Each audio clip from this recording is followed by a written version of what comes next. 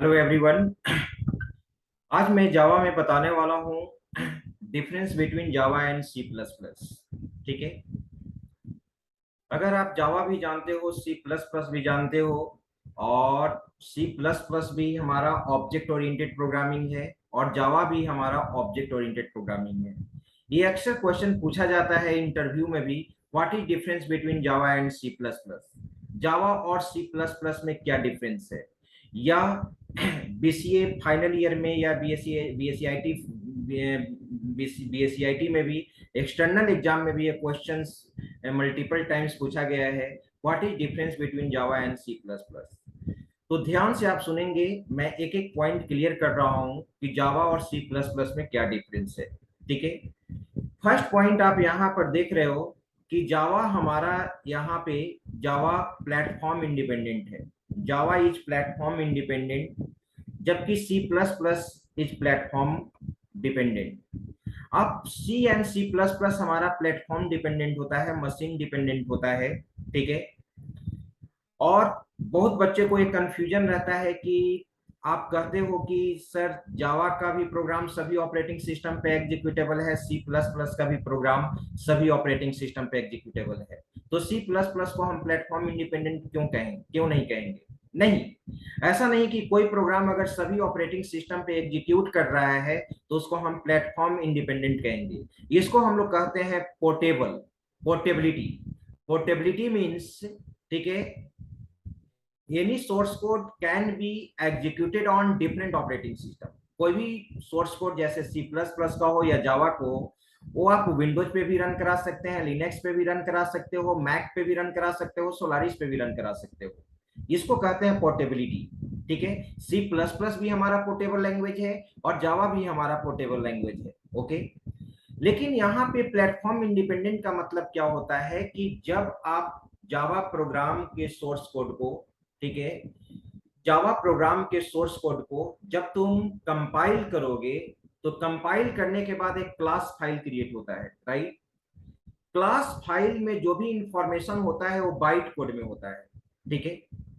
जब तक Java program को कंपाइल नहीं करोगे तब तक जावा प्रोग्राम हमारा एग्जीक्यूट नहीं करेगा। ओके। तो जैसे ही क्लास फाइल क्रिएट हो जाता है, अब उस जावा सोर्स फाइल को, इस बाइट कोड को यानी क्लास फाइल को पेन ड्राइव में कॉपी कर लो, और आपने विंडोज ऑपरेटिंग सिस्टम पे आपने उसको कंपाइल किया था और एग्जीक्यूट कराया था। आप केवल बाइट कोड को यानी क्लास फाइल को कॉपी कर लो और डायरेक्ट किसी अदर ऑपरेटिंग सिस्टम पर लेकर चले जाओ, लिनक्स पे लेकर चले जाओ, सोलारिस पे लेकर चले जाओ, मैक पर लेकर चले जाओ, वहां बिना लिखे हुए, बिना कंपाइल किए हुए डायरेक्ट एग्जीक्यूट कर जाएगा। ठीक है। वहां पे, ठीक है, आपको जावा प्रोग्राम को फिर से लिखने की जरूरत नहीं है, उसके इन्वायरमेंट में जाकर फिर से कंपाइल करने की जरूरत नहीं है, डायरेक्ट वो एग्जीक्यूट कर जाएगा। क्यों? क्योंकि all operating system supports JVM. सभी ऑपरेटिंग सिस्टम का अपना जेवीएम होता है, जावा वर्चुअल मशीन, जो जावा इंटरप्रेटर है, जो बाइट कोड को क्या करता है, रीड करता है और मशीन कोड में कन्वर्ट करता है। लिनक्स के पास भी जेवीएम है, ठीक है, मैक के पास भी जेवीएम है, विंडोज के पास भी जेवीएम है। उस जेवीएम के थ्रू आप जावा बाइट कोड को क्या करेगा, इंटरप्रेट करके मशीन कोड में क्या कर देगा, कन्वर्ट कर देगा। ओके। तो लेकिन सी प्लस प्लस में ऐसा नहीं होता है। अगर तुम सी प्लस प्लस का प्रोग्राम विंडोज ऑपरेटिंग सिस्टम पे लिखते हो तो कंपाइल करने के बाद एक ऑब्जेक्ट फाइल क्रिएट होता है, उस ऑब्जेक्ट फाइल को आप अदर ऑपरेटिंग सिस्टम पे ले जाइए, डायरेक्ट एग्जीक्यूट नहीं करेगा, वहां पे डायरेक्ट वो एग्जीक्यूट नहीं करेगा। आपको दूसरे ऑपरेटिंग सिस्टम पे अगर जाते हो तो आपको वहां सी प्लस प्लस के प्रोग्राम को लिखना होगा, उसके इन्वायरमेंट में कंपाइल करना होगा, तब एग्जीक्यूट करेगा। इसलिए कहा जाता है कि जावा हमारा प्लेटफॉर्म इंडिपेंडेंट है, जबकि C plus plus platform dependent है। ओके। सेकंड यहाँ पे आप देख रहे हैं, सेकंड हमारा यहाँ पे है, it is fully object oriented programming language. Java को कहा जाता है प्योर ऑब्जेक्ट ओरिएंटेड लैंग्वेज, जबकि सी प्लस प्लस को पार्शियल ऑब्जेक्ट ओरिएंटेड लैंग्वेज कहा जाता है। हमेशा इंटरव्यू में क्वेश्चन भी रेज होता है कि Java is a fully object oriented, Java is pure object oriented language, but C plus plus not, C plus plus only partial language, why, what is the reason behind it? ठीक है। तो जावा का pure object oriented होने का दो reason है, लेकिन ये कंट्राडिक्शन यहां पर है कि कुछ लोग बताते हैं कि जावा पार्शियल है जबकि C plus plus fully object oriented है। इसके पीछे भी मैं रीजन बताना चाहूंगा। Java pure object oriented language इसलिए है, इसका दो रीजन है कि all Java programs must be written within class. Java में जो भी प्रोग्रामिंग हम लोग लिखते हैं विद इन क्लास के अंदर ही लिखते हैं। अगर एक सिंपल मैसेज को भी प्रिंट कराना है तो आपको विद इन क्लास के ही अंदर लिखना होगा, जबकि सी प्लस प्लस में ऐसा जरूरी नहीं है।